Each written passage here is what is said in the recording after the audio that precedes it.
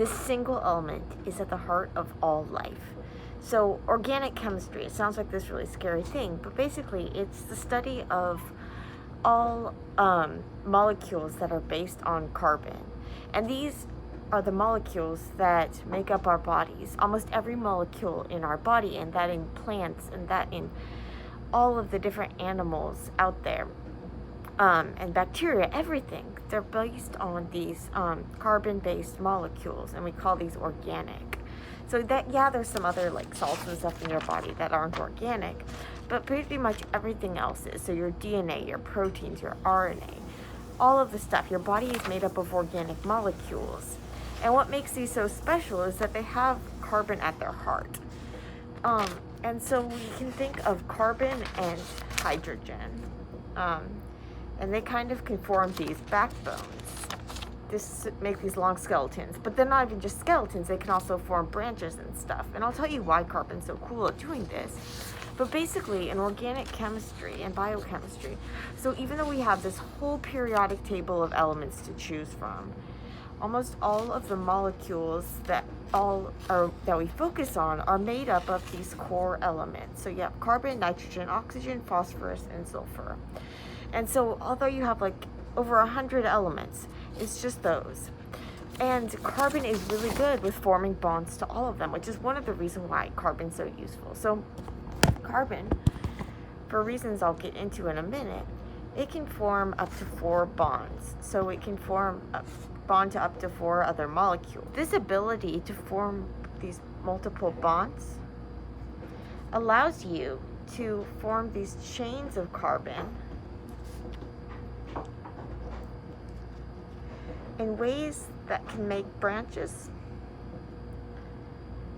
Sorry, these are really hard to work with.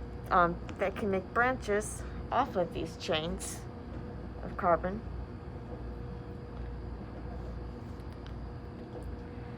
And you don't just have to link up carbons, you can also link up other atoms.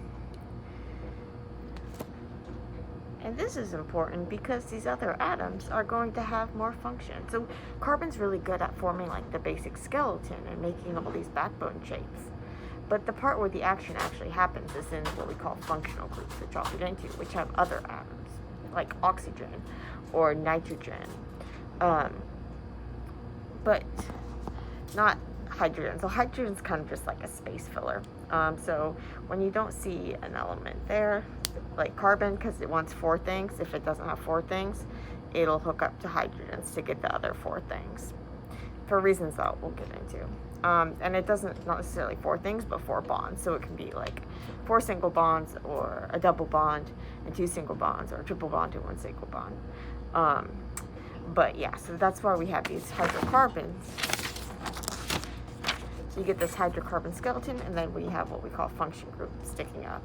But the hydrocarbon backbone is so important, but it's so stable.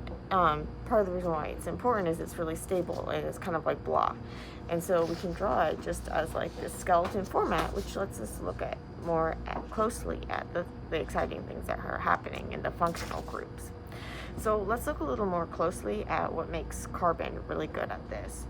So we talked about how it has those, like, it can bond up to 4 things. Another thing that's really cool about it is it can form strong bonds to a bunch of other atoms. And this is because it's kind of like in the middle on what we call this like electronegativity. And when it bonds to those other atoms, it can also get swayed easily to react in different ways. So that's what we call like an electrophile or a nucleophile. And so more in a minute on all that in more depth. So I was geeking out to my dad yesterday about how much I was enjoying spending the weekend reviewing organic chemistry. And how it was really cheering me up because I've been kind of down lately, and I was really enjoying going back to the basics now that I have a better grasp of various aspects. And so really going back without the stress of like exams and that sort of thing, being able to really appreciate organic chemistry. And so he asked, like, well, what really is organic chemistry? And so that was the inspiration for doing today's post. So, as I mentioned, organic chemistry is basically the chemistry of life's molecules.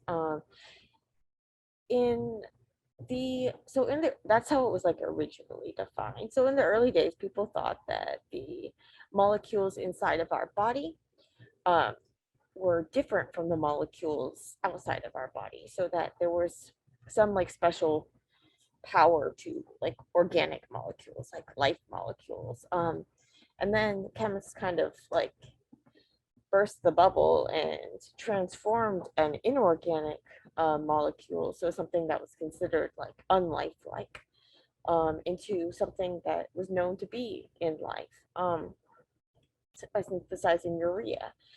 And so that really broke down this barrier between like life molecule and non-life molecule.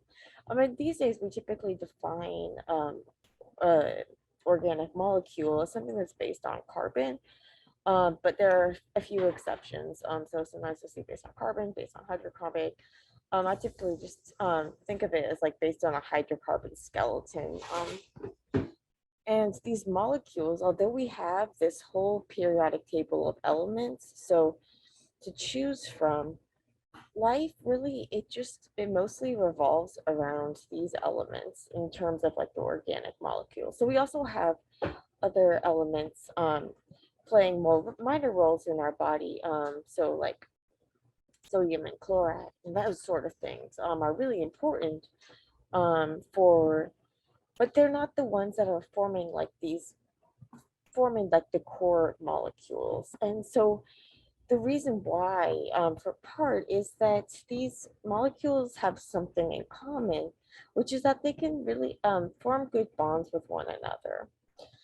Um, so they're in this kind of like sweet spot in the periodic table. So in the periodic table, so I've been kind of talking about it, but haven't really introduced you more formally. So when I'm talking about elements like carbon, nitrogen, oxygen, phosphorus, sulfur, hydrogen, those are all elements. And elements, like their simplest unit of an element is an atom. And so that would be like what those little balls that I was showing you were. So each of these are atoms. And then atoms join up to form molecules. And the way that they do this is by sharing pairs of electrons, which are parts that are smaller than atoms. So it'd be like inside of you. And so basically, inside of an atom, there's protons, neutrons, and electrons. And so at the very, very center are is a part called the nucleus, which is like this central core. And that's where the protons and the neutrons hang out. And the protons are positively charged, the neutrons are neutral, and they hang out in this like center. And then all around that is this electron cloud.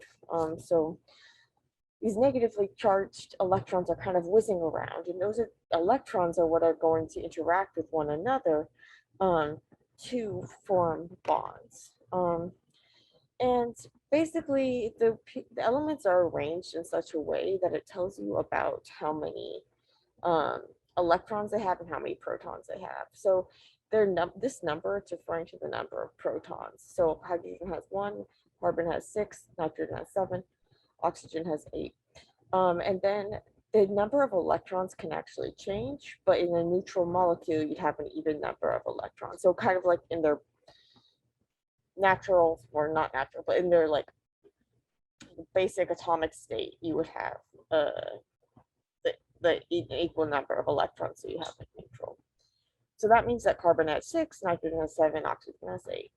And then the way that so that's how you go like across the columns. But with these rows, it's also telling you things. It's telling you about where those electrons are located. And so it's really not this simple, but we can imagine these electrons as being kind of like in these shells. And just so for now, just know that you fill in from the inner shell like out. And once you fill up a row, you filled up a shell. It gets more complicated, like we're ignoring like this middle section and stuff. And there's some weird things, but just focusing, the good thing about organic chemistry and stuff is you can mainly just focus on these ones that behave pretty normally in terms of the trends. And so as you go down, you're adding another shell. So we have oxygen and sulfur. They have a shell underneath them. Or oh sorry, I didn't actually explain the column did I? The column is going to represent the number of electrons in their outer shell. And then the row is telling you about like how far out that shell is. So sulfur has all the electrons that oxygen had, but then it has these extra ones, but they still both have the same amount in the outer shell. And why this matters is because these outer shell electrons are the ones that are actually going to be reacting with things. So and they're going to react in order to get to they want to have a full octet of electrons. So they want to get to what this like be like a noble gas. So they want the full shell. So like noble gases, you can see that these have like a full shell. And that's what elements want. And so with these guys, we're talking about this is we can use this octet rule. So hydrogen just needs one more.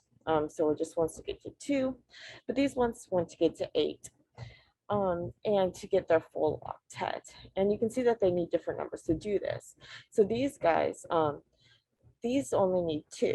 So oxygen and can only form 2. Nitrogen, it wants 3. So it can form 3 bonds.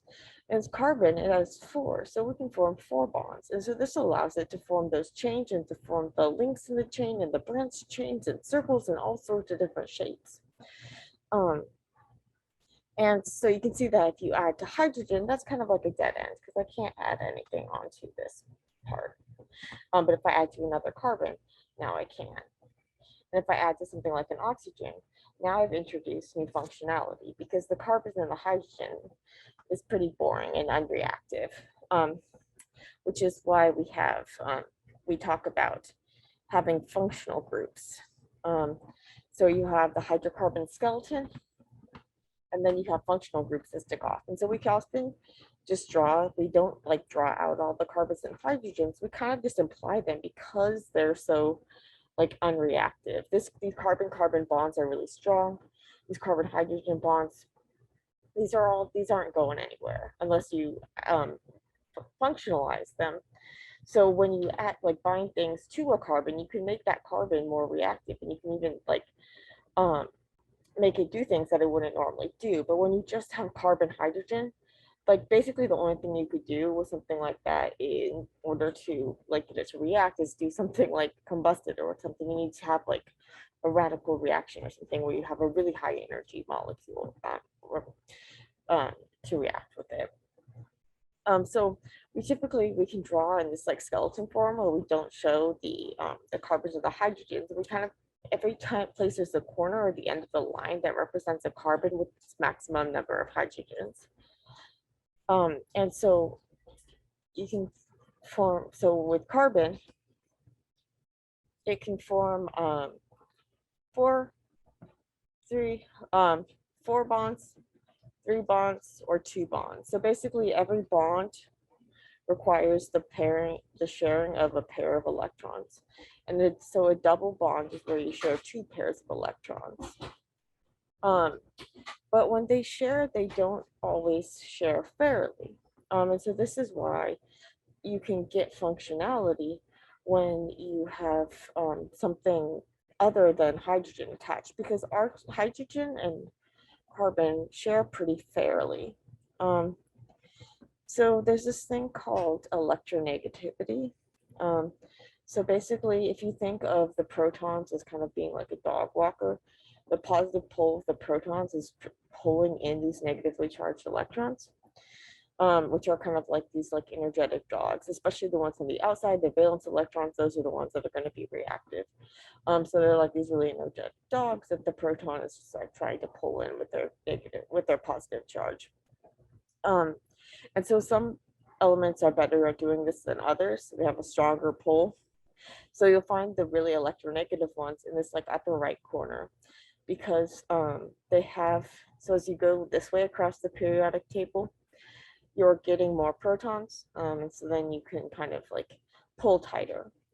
And when you go down the periodic table, though, you're adding more shielding. So there's more shells of electrons in between that them and the nucleus. So like with oxygen, these electrons are closer to the positive pole, so they're held tighter than here, where they're held looser. But with oxygen, you have a tighter pull than you do with like carbon, because you have more positively charged protons, which aren't shown here, but oxygen has 8, whereas carbon only has 6. So oxygen can have a tighter pull. So we call it more electronegative. And what this means is that when you have it bound to um, a carbon, it's going to pull out. So this is a bad example because carbon dioxide is actually nonpolar, but because these cancel out. But the oxygen is basically pulling electron density away. So they're forming bonds by sharing pairs of electrons. So they have those electron clouds, and when they're kind of merging their clouds in order to form these bonds, and when they do that, the oxygen is pulling tighter, and so we say it's more electronegative. And so what's really awesome about carbon is it's really like in the middle of all these elements that we deal with. So this was this chart that I found in this textbook I was reading, which I really liked. You can see that carbon and hydrogen, this is showing you the electronegativity. And so electronegative elements, they pull tighter. They're like the electron hogs, whereas the electron positive elements, they they're like the opposite, so they can easily have things pulled away, taken away from them, kind of.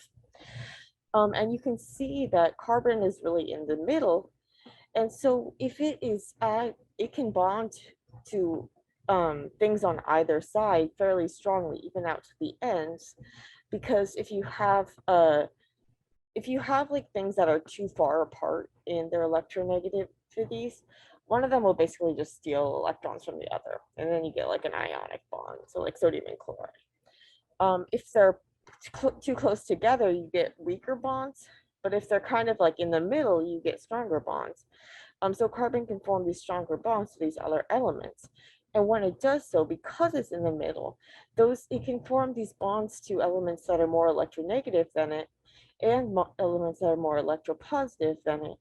And so this will influence the carbon because it's either going to pull electrons away or let carbon have a little more than it usually would. And this will make that carbon reactive, even though it's part of that longer hydrocarbon chain. And so some of the things that when we add these other elements, we can call these like heteroatoms.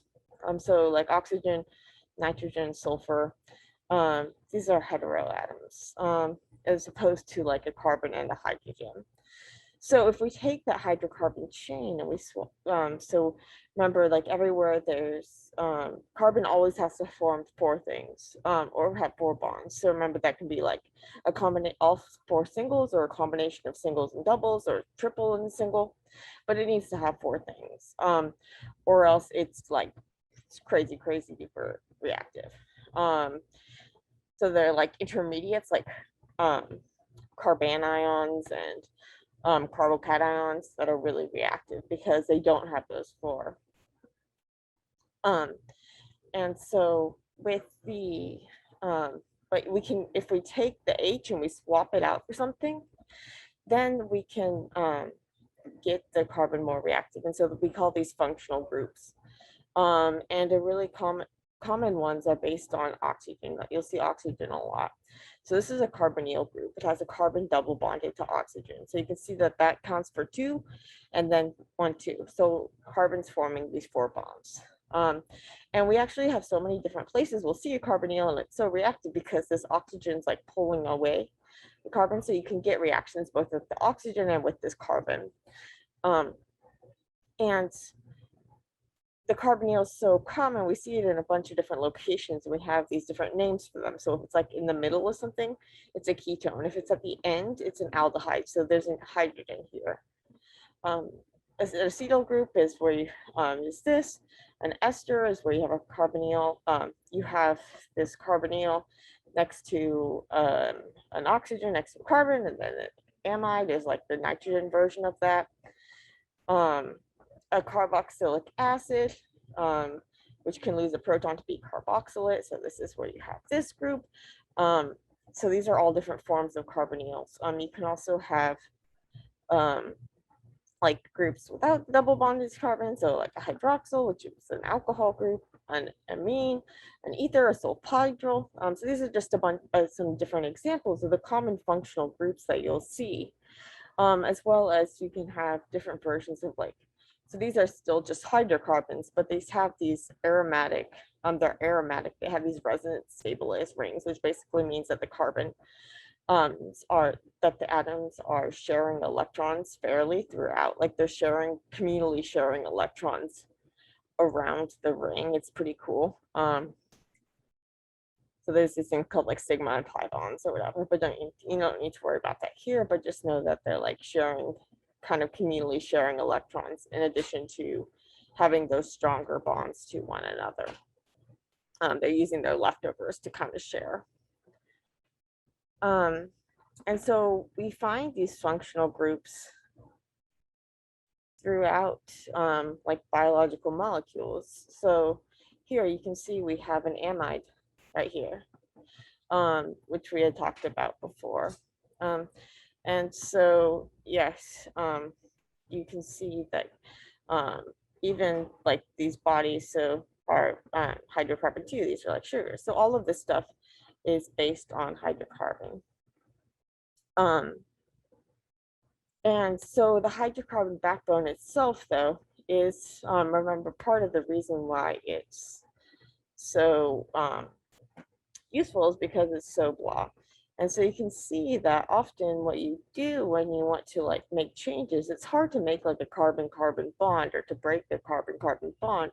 So often these processes involve using like a high energy, like a phosphate group, in order to kind of make these reactions favorable and make it so that you can activate the carbon to react. But really it's the like hydrocarbon that's at the root of all of this. And it's that really awesome kind of genericness of carbon, that it can do all these different things and it can form all these different forms, that really just like makes life possible. And I think it's really, really cool. Not all carbon containing compounds are organic, so typically we just refer to like the lifey hydrocarbony ones, but carbon can also be like in inorganic forms in these different ways. These are all made of carbon, just like hooked up in different ways. So you get diamonds, graphite, graphene, so like pencil lead, amorphous carbon. You can get these like buckyballs and nanotubes and all sorts of cool structures, as well as various forms of like coal. So different forms of carbon, and it actually, a lot of the structural work we know about carbon was actually done by Rosalind Franklin, which is pretty awesome. So you might know her better from DNA, and the double helix, with like photo 51 and stuff. But she actually did a lot more, and she did a lot of work on coal, which was really awesome.